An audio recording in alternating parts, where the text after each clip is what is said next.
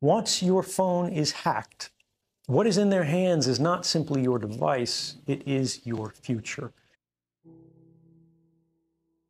They're selling our future, they're selling our past, they are selling our history, our identity, and ultimately, they are stealing our power.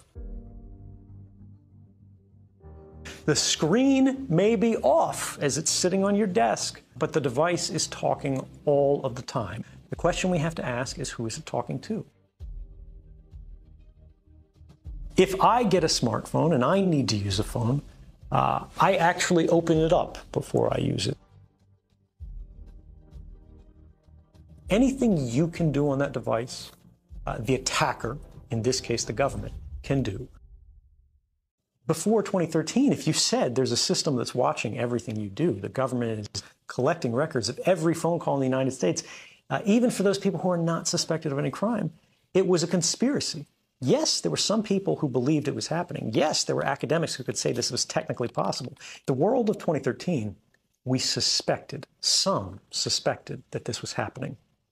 The world after 2013, we know that it's happening. The distance between speculation and fact is everything in a democracy. We have now had the first European regulations that are trying to limit the amount of data that can be collected secretly and used against populations broadly.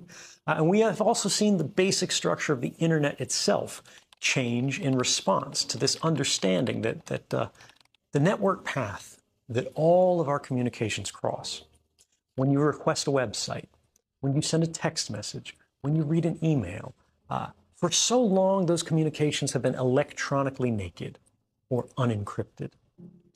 Before 2013, more than half the world's internet communications were unencrypted. Now, far more than half are, measured by just web traffic from one of the world's leading browsers, the Google Chrome browser. The entire world has changed in the last few years. It hasn't gone far enough. The problems still exist. And in some ways, they've gotten worse. But we have made progress that would not have been possible if we didn't know what was going on. Hacking has increasingly become what governments consider a legitimate investigative tool. They use the same methods and techniques as criminal hackers. And what this means is they will try to remotely take over your device. Once they do this, by detecting a vulnerability in the software that your device runs, such as Apple's iOS or Microsoft Windows, they can craft a special kind of attack code called an exploit. They then launch this exploit at the vulnerability on your device, which allows them to take total control of that device. Anything you can do on that device, the attacker, in this case the government, can do. They can read your email, they can collect every document, they can look at your contact book, they can turn the location services on, they can see anything that is on that phone instantly and send it back home to the mothership. They can do the same with laptops. The other prong that we forget so frequently is that in many cases they don't need to hack our devices. They can simply ask Google for a copy of our email box, because Google saves a copy of that. Everything that you ever typed into that search box, Google has a copy of. Every private message that you've sent on Facebook, every link that you've clicked, everything that you've liked, they keep a permanent record of. And all of these things are available not just to these companies, but to our governments, as they are increasingly deputized as sort of miniature arms of government. What about enabling your microphone camera? If you can do it, they can do it. It is trivial to remotely turn on your microphone or to activate your camera, so long as you have systems level access. If you had hacked someone's device remotely, anything they can do, you can do. They can look up your nose, right? They can record what's in the room. The screen may be off as it's sitting on your desk, but the device is talking all of the time. The question we have to ask is, who is it talking to? Even if your phone is not hacked, right now, you look at it, it's just sitting there on the charger. It is talking tens or hundreds or thousands of times a minute to any number of different companies who have apps installed on your phone. It looks like it's off, it looks like it's just sitting there, but it is constantly chattering. And unfortunately, like pollution, we have not created the tools that are necessary for ordinary people to be able to see this activity.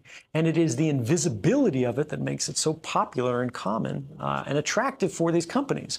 Because if you do not realize they're collecting this data from you, this very private and personal data, there's no way you're going to object to it.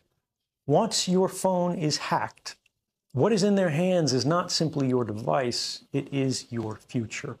But we see how these same technologies are being applied to create what they call the social credit system.